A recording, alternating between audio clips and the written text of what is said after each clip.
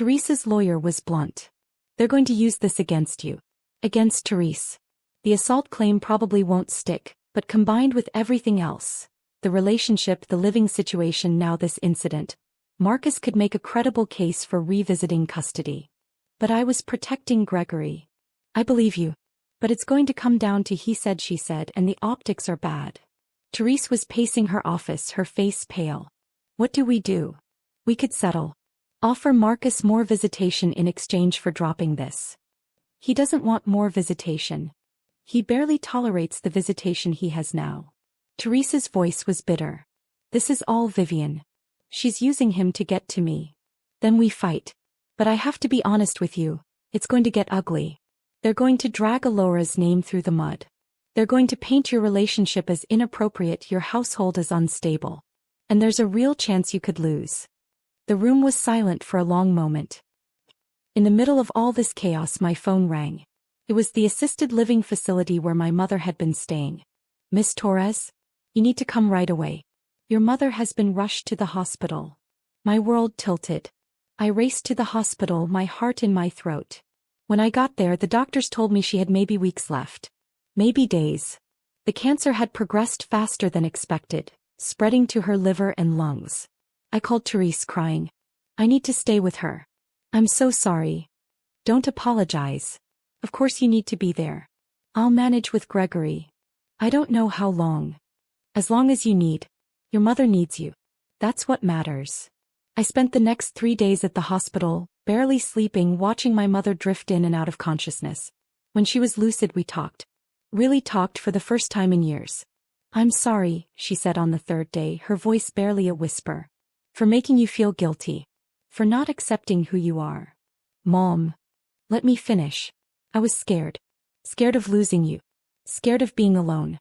But you deserve happiness, Mija. And that woman, Therese, she makes you happy? Yes, I said, tears streaming down my face. Then I'm glad. I'm glad you found love. She squeezed my hand weakly. Don't let anyone take that from you. She died that night, peacefully, with me holding her hand. I called Therese at 3 a.m. to tell her. She insisted on coming to the hospital, bringing Gregory with her because she couldn't leave him alone in the middle of the night. When they arrived, Gregory hugged me tight and Therese held me while I cried. I'm so sorry, she whispered. I'm so sorry. We went back to the townhouse together as the sun rose. Gregory fell asleep in the car and Therese carried him to bed while I sat numbly in the kitchen. She made me tea, wrapped a blanket around my shoulders and just sat with me. She didn't try to make it better or tell me everything would be okay. He just stayed. Thank you, I whispered. For what? For being here. For understanding. She kissed my forehead. Always. The funeral was small. Victoria came and a few of my mother's friends from the assisted living facility. Therese stood beside me holding my hand while Gregory sat quietly, his small hand in mine on the other side. I didn't see Vivian in the back row until it was too late. She approached me as we were leaving. I'm so sorry for your loss, she said, her voice dripping with false sympathy. Losing a parent is never easy. What are you doing here? Therese demanded. Paying my respects. Vivian's eyes glittered. But Alora, I have to say, this timing is unfortunate.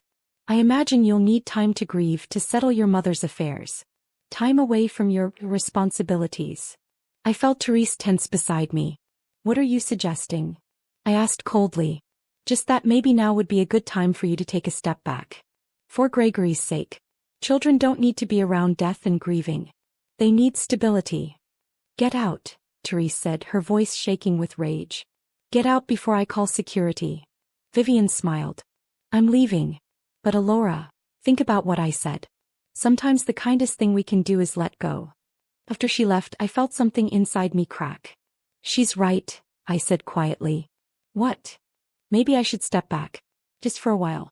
Until I figure things out. Alora, no. Don't let her get in your head. It's not her.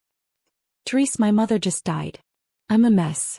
And Vivian is going to use everything she can against you. Maybe if I'm not here, she'll back off. I don't want you to not be here. I need you here. Do you? I pulled away from her. Or do you just need someone to take care of Gregory so you can focus on your company? I regretted the words the moment they left my mouth, But I was hurting and scared and exhausted. Therese looked like I'd slapped her. Is that really what you think? I don't know what I think anymore. Then take time to figure it out. But don't run away because Vivian wants you to. Her eyes filled with tears. Please, Alora. Don't give her what she wants. But I was already pulling away, already building walls to protect myself. I need space, I said. I'm sorry. I went upstairs to my old suite on the 3rd floor and closed the door.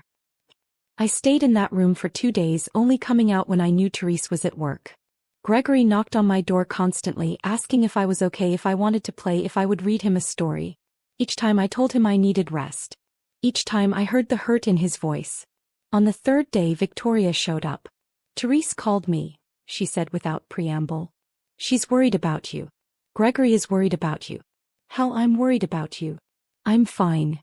You're not fine. Your mother just died and you're hiding in your room like a scared kid.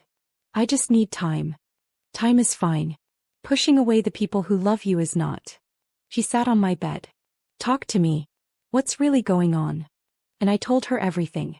About Therese, about Vivian, about the threats and the fear and the confusion. So you're letting this psycho ex win? Victoria said when I finished. I'm protecting them. Bullshit. You're protecting yourself. You're scared that if you stay you'll get hurt, so you're leaving first. He grabbed my hands. Alora, I've known you since culinary school. I've seen you face down head chefs, stand up to sexual harassers, build a life from nothing. You don't run away from fights. This is different. How? Because it's not just me anymore. It's Gregory. If I stay and Vivian makes good on her threats, if she takes him away from Therese, I'll never forgive myself. Victoria was quiet for a moment. Then she said, did it ever occur to you that running away might hurt Gregory more than staying? That little boy loves you. He calls you mom, for Christ's sake. You leaving without explanation, without saying goodbye, that's going to devastate him. The truth of her words hit me like a physical blow. I didn't think. No, you didn't. You're grieving and you're scared and you're making decisions from that place instead of from love. He squeezed my hands. Go talk to them. Really talk. Figure this out together instead of making decisions alone. I found Therese in her office that evening, staring blankly at her computer screen. She looked exhausted, and I realized with a pang that I'd been so wrapped up in my own grief that I hadn't been there for her while she dealt with Vivian's threats. Hey, I said from the doorway. She looked up and the hope in her eyes nearly broke me. Can we talk? I asked. Please. I sat across from her and for a moment we just looked at each other. I'm sorry, I said. For what I said at the funeral. For pulling away. For making you deal with all of this alone. Your mother just died. You're allowed to be a mess. That doesn't excuse me being cruel. I took a breath. I was scared. I'm scared. Vivian is threatening everything you love and I'm the reason. If I wasn't here. If you weren't here, my life would be infinitely worse, Therese interrupted. Vivian is a problem, but she's my problem. From my past. You didn't cause this. But I'm making it worse. No. You're making my life better. So much better. She came around the desk, kneeling in front of me. Alora, I love you. I'm in love with you. And yes, the timing is complicated and there are obstacles and Vivian is a nightmare, but I don't want to face any of that without you. I love you too, I whispered. So much it scares me. Then be scared with me. But don't leave. I kissed her, tasting salt from both our tears. I'm sorry, I said again. I won't run away again. I promise. We'll figure this out, she said. Together. But we didn't get the chance. The next morning, Therese's lawyer called with bad news. Marcus had filed for emergency custody, citing the park incident and claiming Gregory was in an unsafe environment. There's going to be a hearing in 2 weeks, the lawyer said. And Alora, I'm sorry, but I think it would be best if you moved out before then. At least temporarily. It would show the court that Therese is taking their concerns seriously. Therese looked at me, her eyes devastated. No. There has to be another way. If there was, I'd tell you. The lawyer's voice was gentle but firm. I know this is hard. But we need to think about what's best for Gregory. And what was best for Gregory apparently was for me to leave. Telling Gregory was the hardest thing I'd ever done. We sat him down that evening, both of us fighting tears. Buddy, we need to talk to you about something, Therese said gently. Is Miss Allura leaving? He asked immediately, his eyes filling with tears. Because of what happened at the park? No. Gregory threw himself at me, sobbing. You promised. You promised you wouldn't leave. I know, baby. I know I did. I held him tight, my own tears falling. But sometimes grown-ups have to make really hard choices to keep the people they love safe. I don't want to be safe. I want you to stay. Gregory, Therese said, her voice shaking. Your dad wants to spend more time with you. And the courts, the people who make decisions about things like this, they think it might be better if Miss Allura doesn't live here anymore. That's stupid. She's my mom. She's my other mom. My heart shattered into 1,000 pieces. I'll always be in your life, I said, even though I didn't know if that was true. I'll always love you. This isn't goodbye forever. It's just goodbye for now. I don't want goodbye for now. I want you to stay forever. I know. I'm so sorry, Gregory. I'm so sorry. We held him while he cried himself to sleep, then carried him to his bed together. In the doorway of his room, Therese and I held each other. This isn't over, she whispered. I'm going to fight this. I'm going to fight Vivian and Marcus and anyone who tries to keep us apart. I know. And when this is over, when we get through this, I'm going to marry you. Properly. Not as a legal strategy, but because I want to spend the rest of my life with you. Therese. Don't say anything. Just know that I mean it. This isn't the end of our story. It's just a chapter. I wanted to believe her. But as I packed my things the next morning, as I left the townhouse where I'd been so happy, I couldn't help but feel like I was losing everything that mattered. The next 6 months were the hardest of my life. I moved into Victoria's spare room, found a job at a small bistro in Brooklyn, and tried to rebuild my life. But everything felt hollow without Therese and Gregory. I wasn't allowed to contact them. The lawyers had been very clear about that. Any contact could be used to suggest I was circumventing the agreement. So I heard nothing. Saw nothing. Just had to trust that Therese was managing, that Gregory was okay, that somehow this would all work out. Victoria tried to keep my spirits up. Therese is smart. She'll figure out a way through this. What if she doesn't? What if Vivian wins? Then we'll figure out plan B. But don't give up hope yet. Hope was all I had. 3 months in, I got a phone call from an unknown number. Miss Torres? This is Detective Sarah Chin from the NYPD. I need to ask you some questions about Vivian Marsh and Marcus Whitmore. My blood ran cold. What happened? Is Gregory okay? Is Therese? Everyone is fine. But we've received some information that suggests Ms. Marsh and Mr. Whitmore may have engaged in conspiracy to interfere with a custody arrangement. What kind of information? That's what I'm trying to determine. Can you come to the station? I was there within the hour. Detective Chin was a no-nonsense woman in her 40s with kind eyes.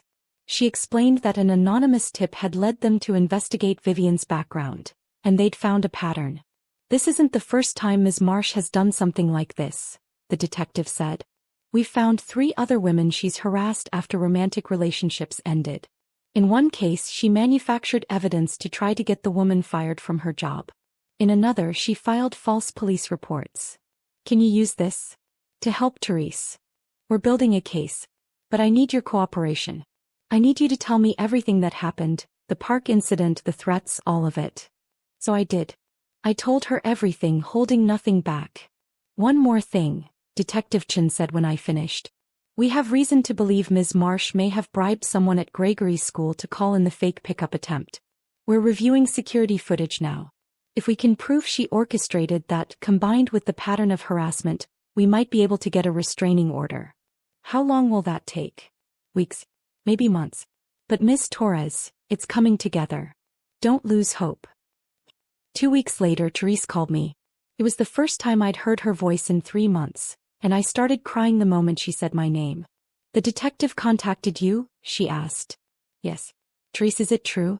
Is Vivian really going to be charged? It's looking that way. She's already been questioned. And Allura, Marcus flipped on her. What? Turns out Vivian was paying him.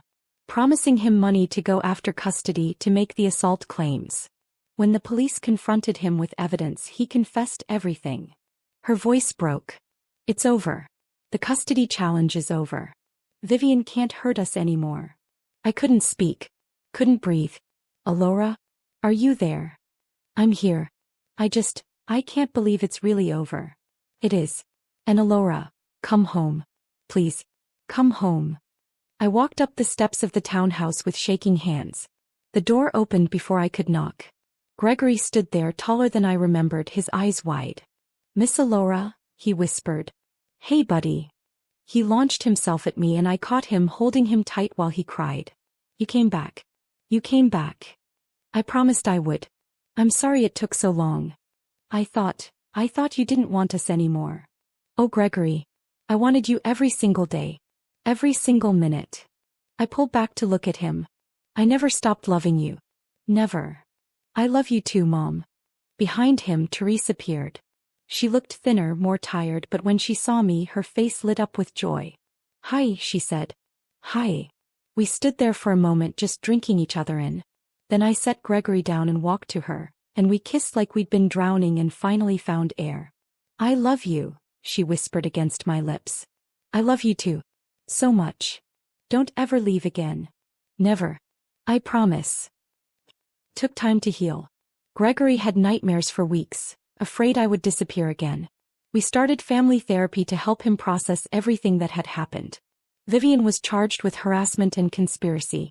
She pleaded guilty and was sentenced to probation, with a permanent restraining order keeping her away from all of us. Marcus signed away his parental rights in exchange for immunity from prosecution. Gregory took the news better than we expected. I already have 2 moms, he said simply. I don't really need a dad. Therese and I made our relationship official. We told Gregory first, asking him how he'd feel about us getting married. Finally, he said, rolling his eyes with all the drama of a 7-year-old. I've been waiting forever. We took our first trip as a family that summer. 2 weeks in Italy, Rome, Florence, Venice. Gregory was enchanted by everything. The Colosseum, gelato, the gondolas in Venice. Mom, other mom, look at this, became his constant refrain, pointing at architecture, fountains, pigeons. Everything was magical through his eyes. One evening in Florence, Therese and I snuck away while Gregory was with a hotel babysitter. We had dinner at a small trattoria tucked away on a side street, where the owner treated us like family and the wine flowed freely. This is perfect, Therese said, reaching across the table to take my hand. This whole trip, this life we're building, all of it. Perfect. Not perfect, I corrected, but pretty damn good. You don't think it's perfect? Perfect implies there's nowhere to go. Nothing to improve. I think we're perfectly imperfect. We're still figuring things out, still growing, still learning how to be partners and parents and individuals. Therese was quiet for a moment, studying me in the candlelight. When did you get so wise? I've always been wise. You just finally started listening. She laughed, that full, genuine laugh that I'd fallen in love with. I'm going to ask you something and I want you to really think about your answer before you respond. My heart started beating faster. Okay. Marry me. I stared at her. What? Marry me. Be my wife officially and legally. Let's make this permanent. She wasn't on one knee. We were in a crowded restaurant. But her eyes were earnest, vulnerable. I know we said we didn't need marriage, that what we have is enough. But I want to stand up in front of everyone we know and promise to love you for the rest of my life. I want rings and vows and all the traditional ceremony. I want. Yes, I interrupted. Yes, I'll marry you. Of course I'll marry you. Her face lit up like the sun. Really? Did you think I'd say no? I thought you might want time to think about it. But we faced it all together. And that made all the difference. Mom. Gregory tugged at my sleeve. The pancake is burning. Oh. I quickly flipped it, revealing a perfectly golden, if somewhat lopsided, Tyrannosaurus Rex. It's perfect, Gregory declared. And looking around at my family, at this life I'd somehow stumbled into and fought to keep, I had to agree. It was absolutely perfect.